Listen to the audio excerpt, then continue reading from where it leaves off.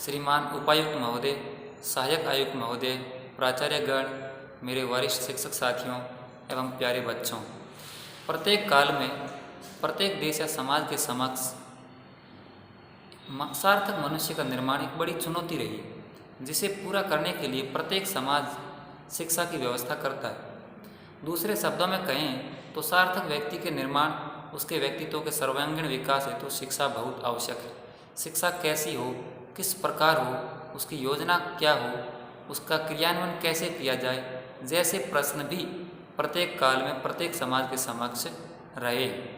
मानव समाज सदा इन प्रश्नों का उत्तर ढूंढने में सतत प्रयत्नशील रहा है तथा शिक्षा के द्वारा अपने विकास पथ पर निरंतर गतिमान रहा है तथा आगे भी रहेगा। कोरोना महामारी के चलते सभी शिक्षण संस्थाएं अचानक बंद कर दी गई थी ताकि कोरोना संक्रमण से बचा जा सके।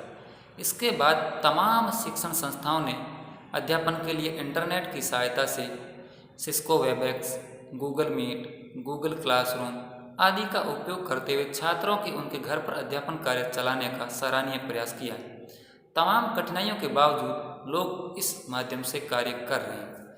इस तरह के कार्य करने में एक विशेष तरह की सृजनात्मक प्रेरणा भी मिलती है।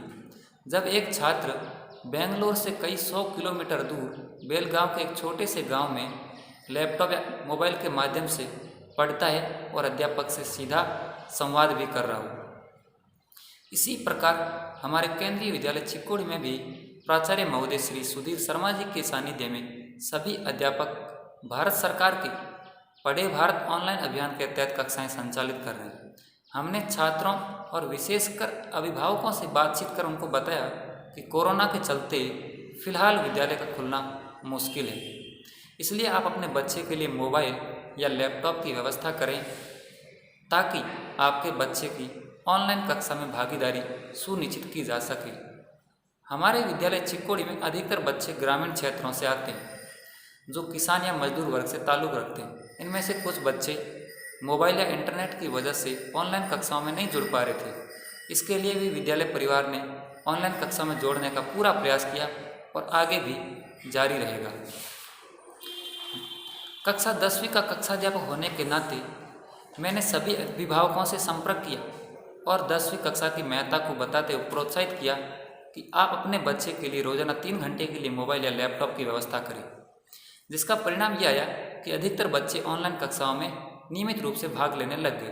केवल 6 छात्र ही ऐसे थे जो नियमित रूप से नहीं जुड़ पा रहे थे, जिनकी जानकारी हासिल करने पर मुझे ज्ञात हुआ कि वे बच्चे अत्यंत निर्धन या गरीब परिवार से हैं, उनके पास कोई मोबाइल या लैपटॉप नहीं है।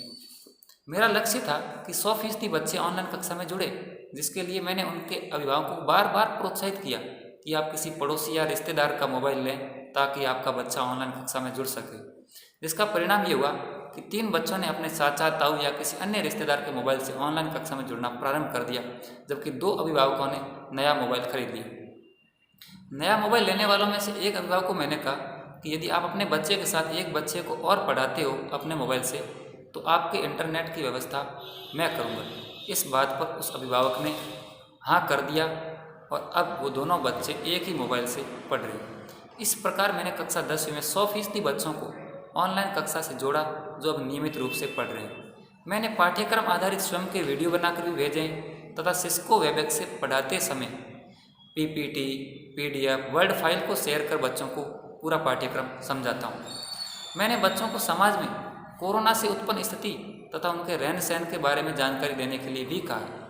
इसके अलावा उपायुक्त एवं सहायक आयुक्त महोदय के दिशा निर्देशानुसार पूरा विद्यालय परिवार मेहनत व लगन से इस महामारी में भी बच्चों को उनके घर से ऑनलाइन कक्षा में जोड़ रहा है और पढ़ा रहा है। इस कारण मुझे उम्मीद है कि केवल केंद्रीय विद्यालय संगठन ही नहीं बल्कि संपूर्ण भारत इस वर्तमान चुनौती का सामना करने तथा इनके समाधान में सक्षम है।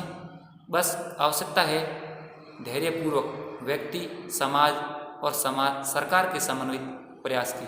धन्यवाद।